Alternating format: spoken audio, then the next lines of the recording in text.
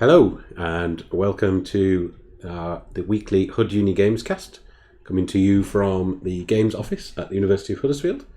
My name is Duke and I'm joined today by Matt and Daryl, and we're going to talk about our three new courses that are coming on stream in 2021.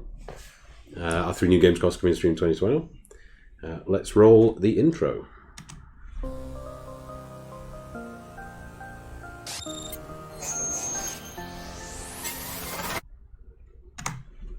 Okay, we're back in the room. So, I think we should start off with a chat. Daryl ran our games design course for the last few years. So I think if we can start, Daryl, with what is the current offering of games design for the last few years, a little history of games design course. Yeah, we started game design about 14 or 15 years ago, filling a niche that was desperately required in education at the time. But it was an umbrella course. It was always intended to be an umbrella course that covered art, design, games technologies, that sort of thing. And the course has really developed immensely over the years, but also the tools and techniques that we've used have really evolved. And it's a far more complex beast than it originally was. So, one of the things we'll be talking about today is the fact that realistically we need to sort of tease apart those various streams so that we are creating specialists in those particular areas. We've done a very good job of creating specialists in art, design and technologies over the years, but we sort of like see a need right at this moment to make sure that there's clear blue water between those different disciplines. Cool. Okay. I think you kind of answered a little bit of the next question, but Matt, let's talk a little bit about why we're changing or what are we changing. We'll go into detail, but in a nutshell, what are we changing? Yeah, so as Daryl was saying, we've been running these courses a while, but as we progressed the course and we started making changes, we started adding more and more optionality to it. So as the years went on, you could do optional modules to either be more art-based, more design-based, or more production and technology-based. And we got to the point where we just sat around and went, well, why don't we make these into three separate courses so we can actually get a little bit more, delve deeper into those different subject matters. I think we talked a little bit about industry involvement as well, didn't we, before, about the industry steering the decision about what they want in their studios and things like that. Yeah, so every now and again we sit down with industry, with roundtables and discussions, and we ask their feedback, and there has always been this sort of push to specialise a little bit more. So artists become artists, designers have a strong understanding of design, and if we are going to go down the technology and production route, that they need to know how to put things together properly and not just have a base level understanding. They need to go down and actually specialise in that. Cool. So let's talk about the common first year. So I think if I switch the screen, we can see our all games design course. So for anyone interested in our courses, it's pretty straightforward. If you go to our main Huddersfield site and type games in, you get these games development art, or games development design, or games development production, and those are our three new courses for 2021 start. Yeah, so if we jump down to the course detail, unless you want to... courses.hud.ac.uk. Sorry, yes, courses.hud, or just hud.ac.uk. And actually, right one of the first things you notice on there, we will probably talk about it in more depth, is the fact that the point system has changed slightly as well. Yeah, we can mention that. So our traditional games design course, or the current games design course, has 128 points for coming in, but we're dropping the 120 for all three of the new courses, and that's really just to bring us in line with the rest of the school and the sector, rather than any other reason. It was just bring us back into line with everybody else. I think it's more appropriate for a 120 for the new courses. Okay, so let's talk. Well, the most important thing is all three courses have a common first year, so it's going to allow students to come in on any of those three routes. Particularly, I think the reason, one of the rationales was the uncertainty, wasn't it, about where students want to be. They don't necessarily know when they're applying whether they want to be an artist or a designer or a technical artist. Yeah, so students, when they first come in, whether they've come from A-level or BTEC, they might have some experience of games, so their BTEC course might have been a game development type course, so they've experienced a little bit of it. But students do struggle to understand where they would sit in industry, what all the different specific roles are. Yeah. And so when they first come in, they're a little bit uncertain. So actually, by the time they come out in final year, hopefully they've worked out what their specialism is, whether they are a character artist, environment artist, whether a designer, whether they're a VFX person or a pure production person. And that initial choice where you're trying to make your put a new cast, what do you want to do, can be quite daunting for students.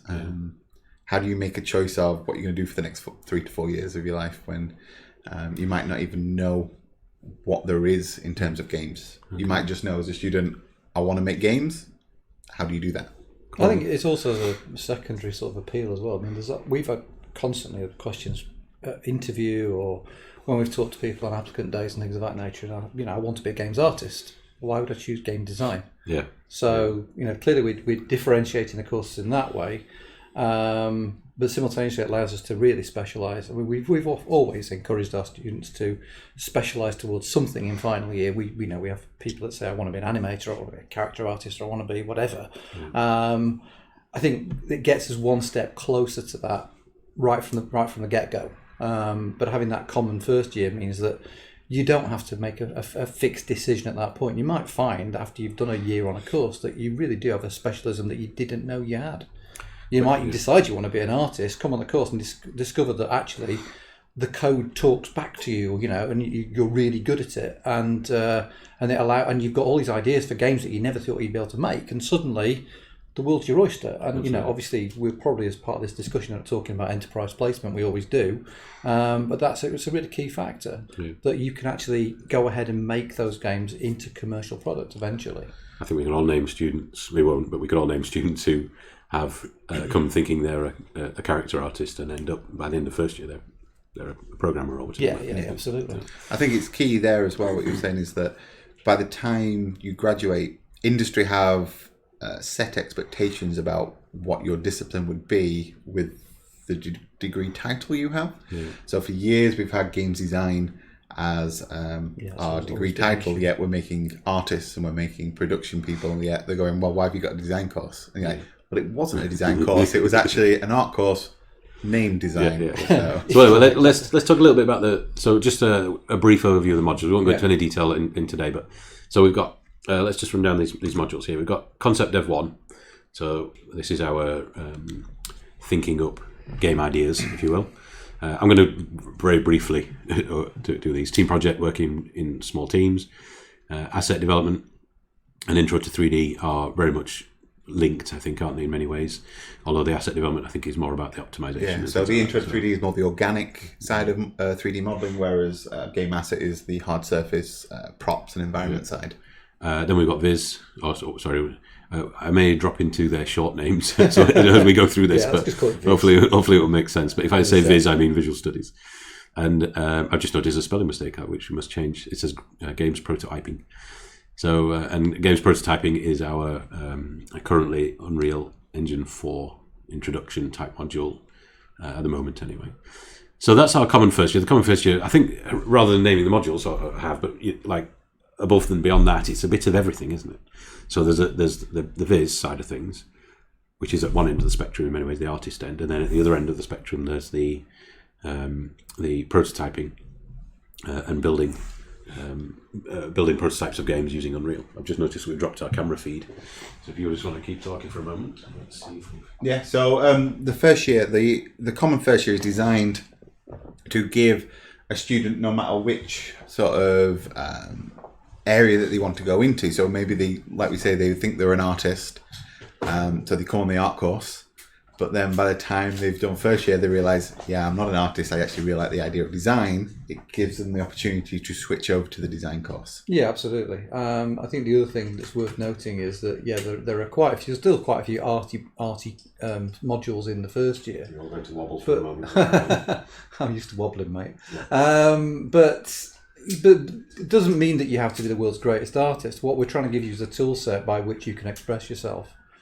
And if that isn't something that you feel totally comfortable with, then ultimately, we're fine, particularly on the sort of more design routes and certainly on the technical route of dipping into asset packs, utilizing that sort of those sort of pre-built assets, 3D models, or even encouraging you to get other people to do little bits of work that you can embed into your own. And one of the things that we've constantly done with the course is encourage our artists and our designers and our technologists to talk to music tech students, because they don't produce the music themselves. So you can always bring in assets from elsewhere. Crucially, those first year modules, though, they give you the solid grounding of us understanding how to specify what you want, even if you're not the best person to make it. So apologies for the camera feed there. It seems that USB power is not giving the battery enough to keep it alive, so I have a dead battery. But we're back. Okay, so I think the next bit then is, let's talk about, I guess, how are the three courses different, and what is their USP? Why would I... Yeah, let's just start there. What's the USP of each of the three routes? Art, design, and production. So we're going to shorten the names, I think, from now on. So the full name is games development, and then brackets art, games development, brackets design, games development, brackets production. So if we, from now on, I think we just call them art, design, production. I think hopefully everyone will follow us with that. So what's the USP of... actually, we should probably mention that we are going to lead one each, I think, as a course. Yeah. Is that right? So I'm going to lead the production course as course leader. Matt, you'll have the art route, and Darryl, you're going to take the design route. Yeah. So I guess if each of us so I think, sell our course... I think the easiest one to start with is actually art. Okay. Because it's quite simple. If you are an artist, you will enjoy the art stream. And when we mean artist, we mean everything from 3D production, but also 2D, and anything from, let's say you've done a course on games, or you've done A-levels and you're doing fine art, or you're doing graphic design. Anything like that would go into that art stream quite nicely. Understanding of how to put compositions together, how to put things that they become visually appealing is all part of that process. Now, as we go through the course, you'll learn how to 3D model correctly, you'll learn how to put a character together in terms of sculpture, put an environment together for technical purposes, so like modularity and things like that. And then also look at the 2D side of things, so sprite creation, parallax, UI as well, a part of it. There's a whole host that goes into the art stream, but if you are a visual person and you like to express yourself visually, then actually that art stream is relatively, it makes sense. Whereas actually something like the design one is a little bit harder to grasp. It is. Actually, I just realised that what I did there was just say UI. And if we're talking to people that don't know what UI is, that's the user interface. And that's a vital part of games. I mean, you've got to understand what it is that you're doing. So that'll lead you through sort of, from sort of the moment the game boots up, through the menu screens, and then all of the stuff that sort of tells you what hit counters are a typical thing that they need to be designed. They need to be readable. You're engaged in a game. You need all that information around the screen. So that ties us quite nicely into the fact that like a hit counter and a UI is put together by an artist, but all those back-end systems, what is the hit counter? The UX that ties to the UI. All the things that go into the feedback to the player, all the underlying systems of a game, that ties into the design. It does, and again, I've used a quick abbreviation, but UX is user experience, and the two things work in hand in hand. And what we're aiming to do with a design course specifically is to get our students to understand that it is okay to have massive ideas and stories and things of that nature, but ultimately games function by the creation of mechanics, and the storytelling is made real by systems that you have to design that you also need to be implemented by the technology students. Also, it's always a collaborative effort developing a video game. But we need the students to actually understand that there are things that make games tick, game loops, systems of game mechanics that are well established now. The games industry's existed for 30 or 40 years, but actually you could go back as far as chess and things of that nature, as far as understanding what a game is in its essence. We need that underpinning understanding, and we work through that year on year on these courses to obviously give you the grounding to build your own games. But when we talk about game design, we're actually talking about a very, very broad church. I mean, a Space Invaders game as opposed to something like The Last of Us, they're very, very different experiences for the player. And of course, VR is really changing a lot of stuff at the moment as well. So we're going to do a lot of experimentation with hardware. If you think about VR as a hardware system, a lot of experimentation with VR. You'll also do paper prototypes. So board games are a fantastic way to learn how games just tick. More because what usually happens in a video game is that it's all encased in a black box. You can't see what the video game is doing. You can't see the rule set. You take a board game, that rule set is completely exposed to you, and you can see the variables. It could be as simple as rolling a dice, but you get to see what the outcomes of that particular variable are, and that can relate, to different tables in that game. You might have counters. The number of those counters in different colours counters can be. You remove one counter and you can dramatically change the way that game works. So we talk about that. And we get our students to prototype that, so they understand how those rule sets tie together, and I think that's really what that's the intrinsic part of what game design is about. It's about understanding how games tick, and then throughout the course, obviously learning how to build those games from a low level technological perspective. How you actually build those, implement that, and work with others to do it. Obviously, one of the core things that ties all of these courses together is we have a group team project. So someone will think of a concept, an idea, a design, flesh that out, and people produce the artwork. Other people will drive the technologies that underpin that. Programmers and musicians and other people will get involved in that process, and ultimately you end up with something that is far greater than the sum of its parts, and that's the designer's role to make that happen. Yeah, I think it's quite evident is that games is an art form now, and if you're the type of person that looks at a game and you say that is visually a piece of art, I think you're an artist. Yeah. If you look at it and go, that experience was a piece of art and I want to build that experience, I think you're a designer. Yeah. I think that's what differentiates those two quite nicely, is that one is all about how to express emotion, express mood through visuals, and the other one is how do you express all of that stuff that games is all about now. Not only is it a fun game, but can it be a moving game? Does it make you think? And that is what a designer does, is puts those core mechanics together to actually go forward and build an experience, which then ties us nicely into the production route, which is... Mine will be much shorter than your explanations, I think. For me, games production is the artists have built the models and come up with the style and all the rest of it, and the designers come up with the ideas and the mechanics of what's going to happen, and the programmers have written the engine that we're going to use, Unreal or Unity. The production students are going to put it together.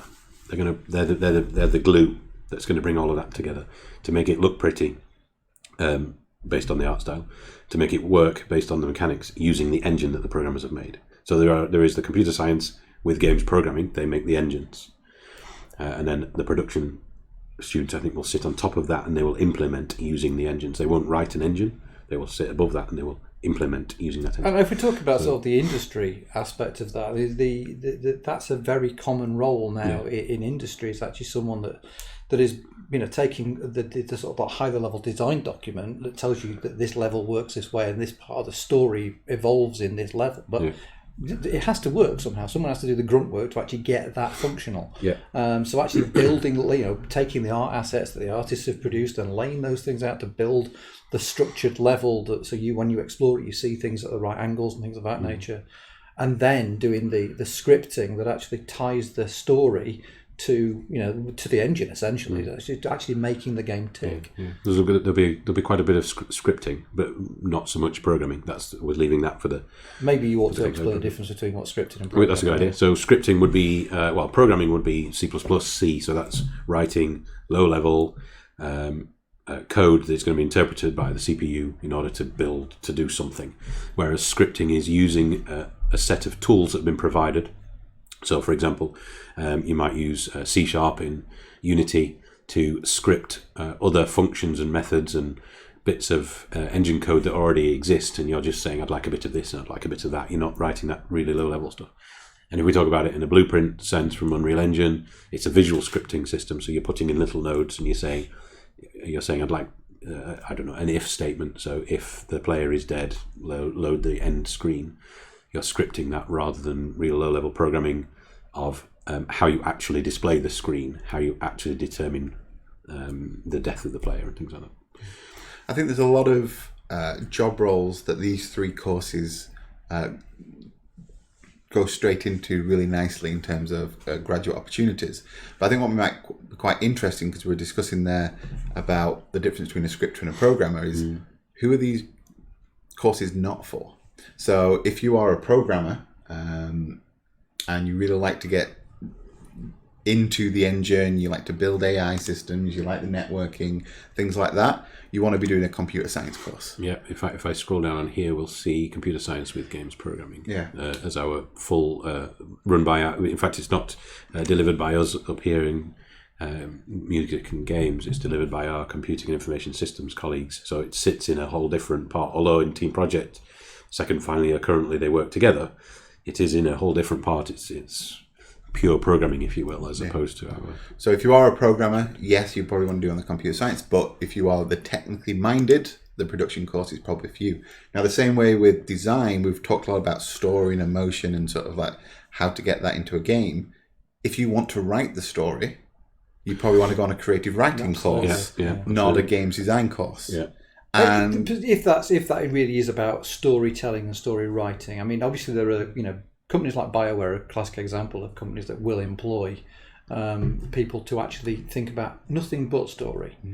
But that's it's a sliding scale down to people that actually think about narrative and story specifically from a games perspective. But I think that's very good advice. And then the same way from the art course, if you want to do concept art, if that's your buzzword that you want to just do concept art, go do a fine art course. Yeah.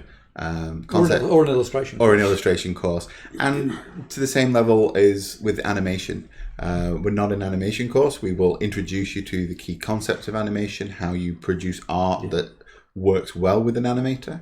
But if you want to be a pure animator, you want to do a pure animation course. I think luckily Huddersfield has all of the courses we've just mentioned. I don't know any of them firsthand, but I think we have courses for all of those things. So that's pretty cool. But pretty much everyone else... I'll throw a spanner in the works then and just say there are also the people that want to play games. Because one of the things we've always said, we don't play games, we make games. And there's a very, very sort of like strong difference between those two things. If you see yourself playing games and just want to be analytical of games that other people have made, then there are game studies courses where you can go and discuss the things that already exist, like similar to a film studies course. But that isn't what we do. We are about production. We are about making games. We're about creating really commercial titles at the back end. And it is the reason why we renamed the courses to games development, because we develop the games here. Yeah. So let's talk a little bit. I think about. I think we've already done the why would you choose one over another, and we've already done the what skills and interests students might have already, and why that might steer them in that direction. I think. So let's talk a little bit about the differences in the modules. I think might help.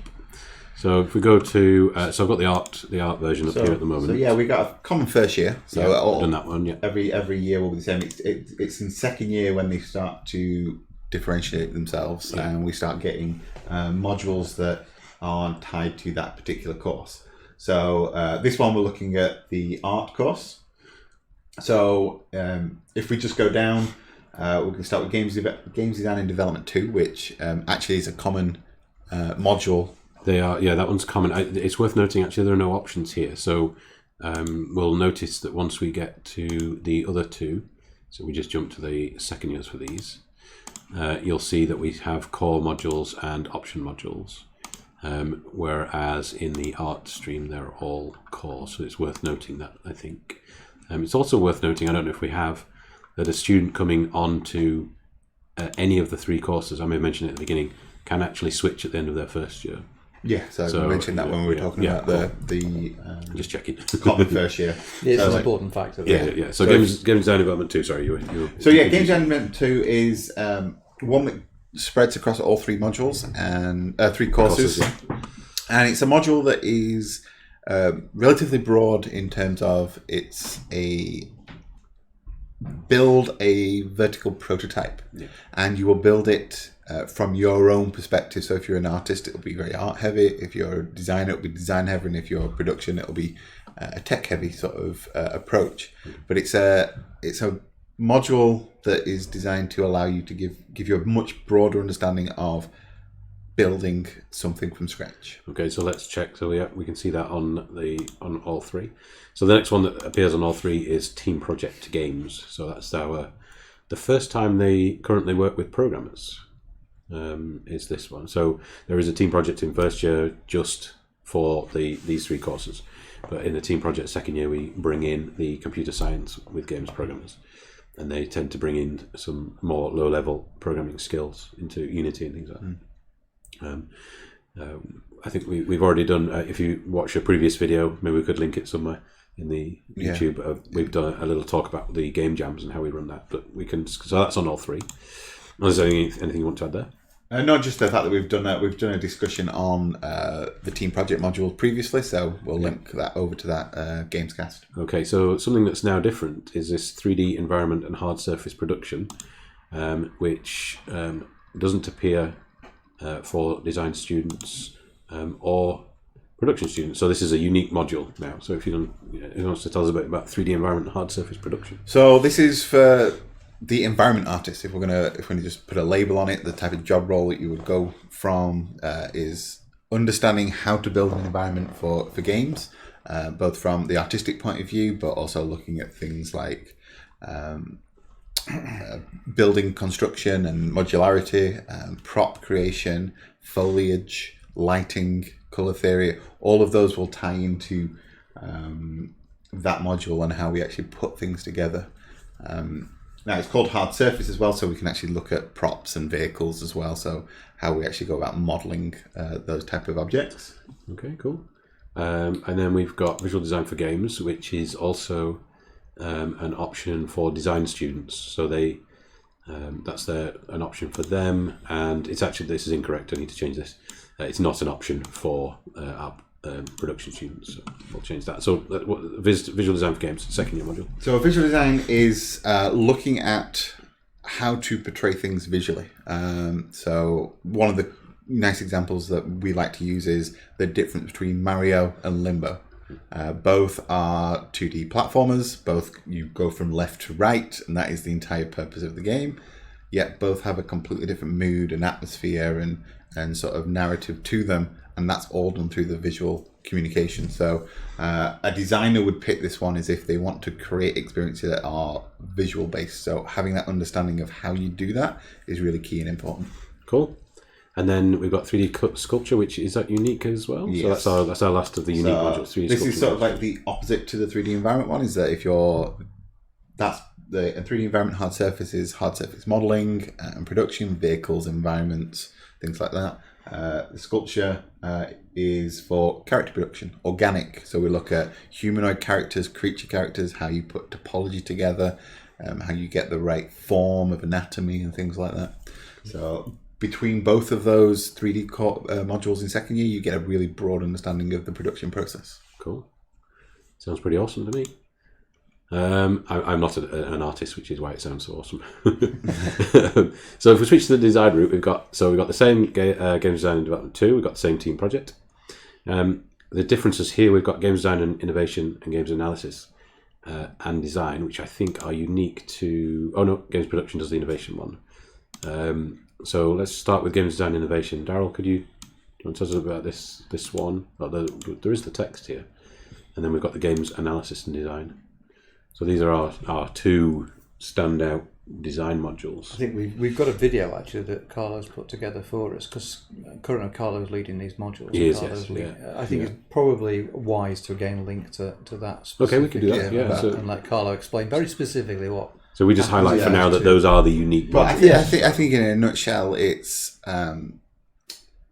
games design and analysis is looking at how to create experiences, create systems that are player fed. So how do player interactions influence a game? How does the game influence a player?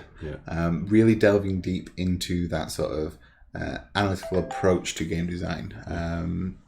And then your game design innovation is looking a little bit broader, going into how to create an experience that is both fun and engaging, but also how does it tie back to the core design principles. There are a lot of core design theories that we use as designers that we just do instinctively. So Daryl's PhD is on cues and navigation in environments, and how do you make a player go the way that you want them to in an environment. Well, actually, there's a lot of research and design theory that says we know how to manipulate a player. Yeah. How do we then put that into our game experience? Yeah, and one of the things you can also do in the innovation module is you can experiment, yet again, as I said before, with different sort of mediums and formats. So you, again, VR's currently sort of like the sort of like most up and coming sort of platform that we've got. If you don't sort of like take individual consoles into account. So that'll give you an opportunity to experiment in VR or something of that nature as well. Be creative. Okay, so of the two options, we've already talked about visual design. Games Prototyping 2, I'm going to skip over only because it is a core for production. So if it's okay, I'll jump straight to that one. That's fine. So we've got the same Game Design Development 2, we've got the same Games Project, we've got the same Innovation module. So Prototyping 2 is going to be a new module, and that will be slightly different. So it links to Game Design Development 2 because half of that is about it's about building these vertical slices, so there's a scripting element. But I think in Prototyping 2 we're going to take that further and prototype from a tech point of view. So I'll give some examples of this module is running for the first time in its final year iteration this year, and some of the things people are looking at are things like plugins, tools that artists might use. So one of the examples is a dungeon builder type scenario. So if you wanted to build a dungeon as an artist, you could go away and build that in 3D Studio or whatever and import it. But what if there was a tool that existed where you could build parts of the dungeon, and then the tool will then randomize and build a set of tunnels based on that. It could be anything from terrain generation stuff to particle systems. It's about, I think, experimenting with interesting ideas in a scripting sense. So actually there's video on our channel where I talk about the final year version of it, and this Prototyping 2 will be like a first version of that, effectively, that will become, so that students doing well on Prototyping 2 will then expand further into Prototyping 3. So that's where Prototyping 2 comes in, which is one of the options for our design students. So I think that ties nicely for the designers. Are actually, if you sit in the middle between art and production, you're either going to be a visual designer or a technical designer. And so actually those two optionality modules allow you to either explore the visual or to explore the technology. Yeah. So the two option ones here, the two options, and that, as I say, is wrong. It should say real-time graphics. So the options will be a real-time graphics module and a game engine architecture module. So the real-time graphics will effectively be a shader module. So looking more into shaders and where they come from, how we write shaders in HLSL rather than, and in UE4, for example, you put a material together, it's just a shader. You can see the shader code behind it. So it's studying more about shaders, and the language, and writing shaders, and interesting stuff you can do with shaders. It's really going to be, that's going to be the main part of that module, I think. And then game engine architecture. We talked, although the programmers build the engines, it's always handy to understand how engines are put together. So networking, sound, graphics, everything else that goes into an engine. How is that built? Where does it come from? How's it designed? And then, what can we do with that knowledge? Once we have that knowledge, we can start to delve deeper into, for example, in Unreal Engine 4, we may stay in blueprints most of the time, but there is another tab, there is a C++ tab, and when you press it, to begin with, it's quite scary.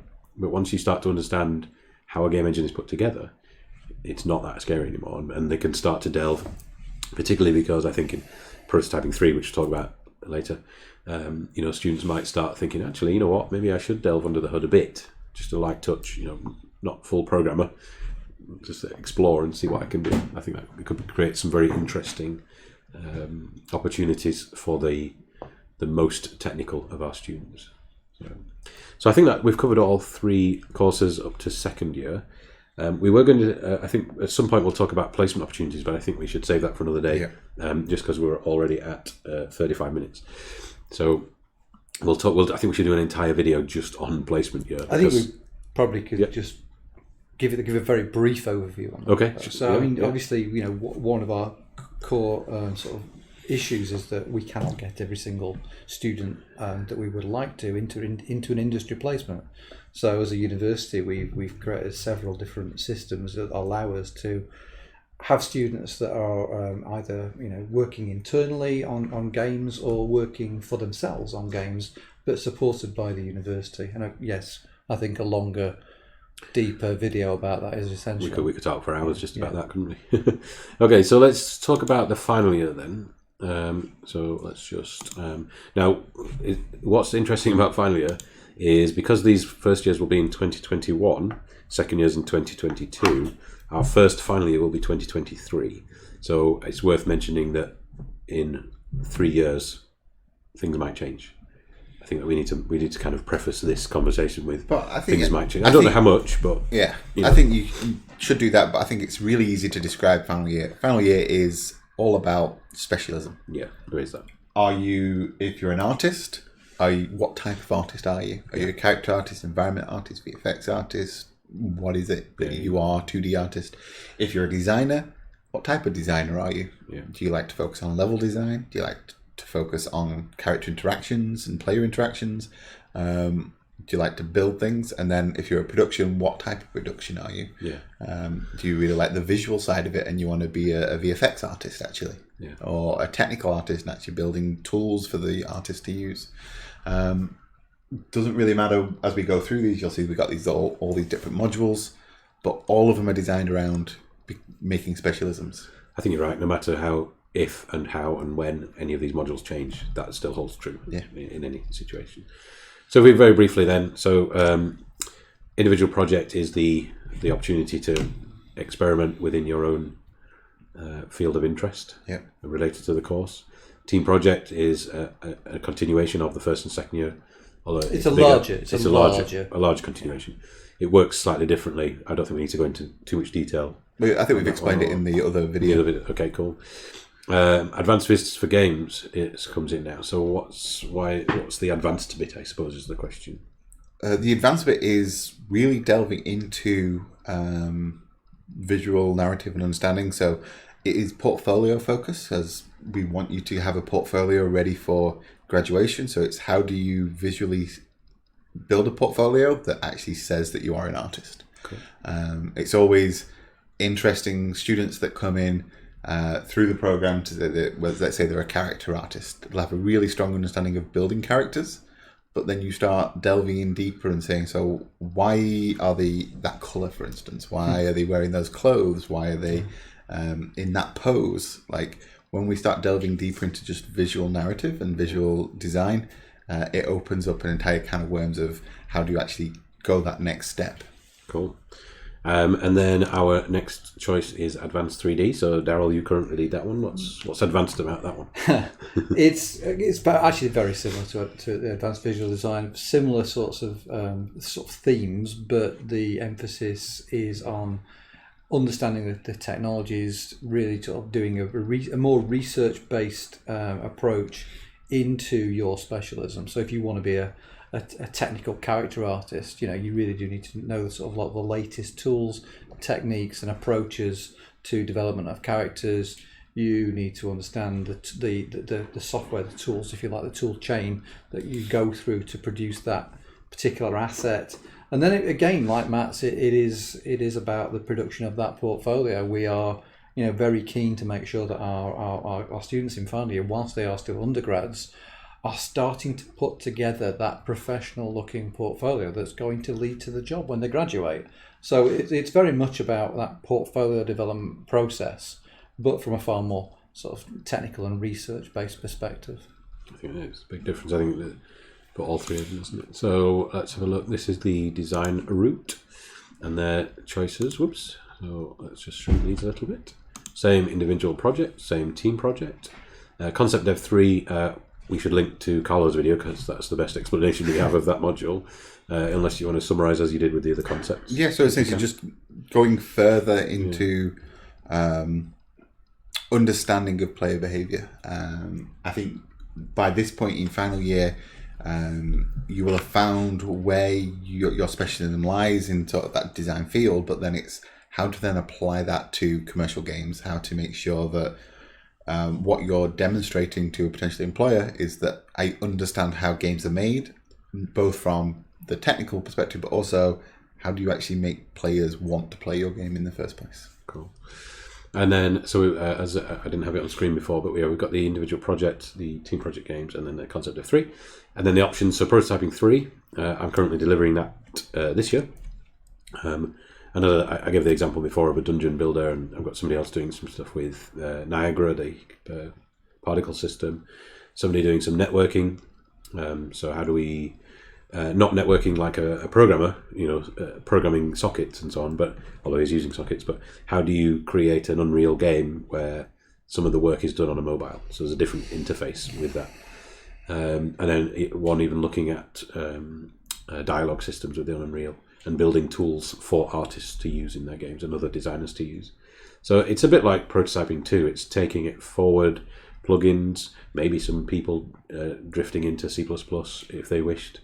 But again, relying heavily on research, user requirements analysis, because it's no good building a tool for an artist if the artist either doesn't know how to use it or doesn't want those features. So the first part is, hello artist, what would you like this system to do?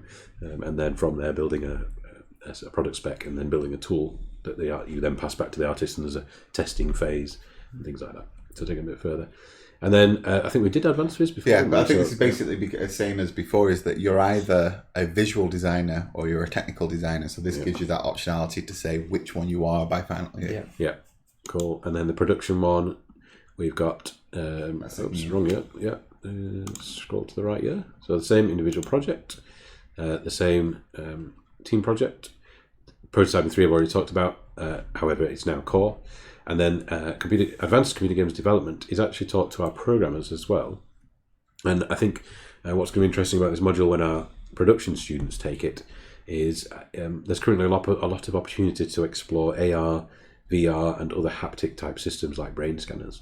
And I think it's going to be an innovation type module, less about design innovation and innovation within gameplay, and more about innovation like, okay, if I take away your mouse and keyboard, how would you interact with the machine? But they've been playing things like Leap Motion in the past as well. Yeah, Leap Motion, so again, Makey, all sorts. That relates back to that hand tracking technology again. I keep banging on about VR, but I see it as the future of games in a sort of like a major way. Yeah. Maybe I've read Ready Player One far too often, but yeah, that sort of interaction and the haptic interaction that you can get as well is kind of key to where we're going. I think it's going to be great. I mean, I'm excited about that module because I think they're going to come up with these great ideas. So how, like, a VR interaction, but somebody then has to go and build it. And I think that's going to be the module where they can explore innovative haptic-y type. That's not even a word, is it? I've just invented haptic-y type things that they can do. I think it's going to be really exciting. So I think we've covered all 3 years. I think we should probably wrap up there. Yeah. We'll do another video, I think, on a future video on placement opportunities and graduate destinations, because I think they're equally important. I just think we don't want to run this video too long. Yeah. I think we'll just finish up with sort of discussing that we've talked about why we've changed the course from design to game development with then its specialism. But the key important thing is to find out where your specialism lies. And I think for anyone that's considering coming to Huddersfield, it's understanding that first year is common to allow them to explore that, because it might scare some students off that have only done A-levels. They've never really touched game development before, but they know they want to get into it. Where do they sit? So they might have an art background, so fine art, things like that, graphic design, that come onto the art course, but then realise, actually, no, I am a designer. And on the flip side, you might have had someone that's done maths and physics and computing at A level that wants to come onto the production route, but then realise, actually, no, I really do enjoy the art side. So there is that opportunity to switch over. I think before we wrap up, I'd just like to sort of reiterate a couple of points we've made throughout the recording today.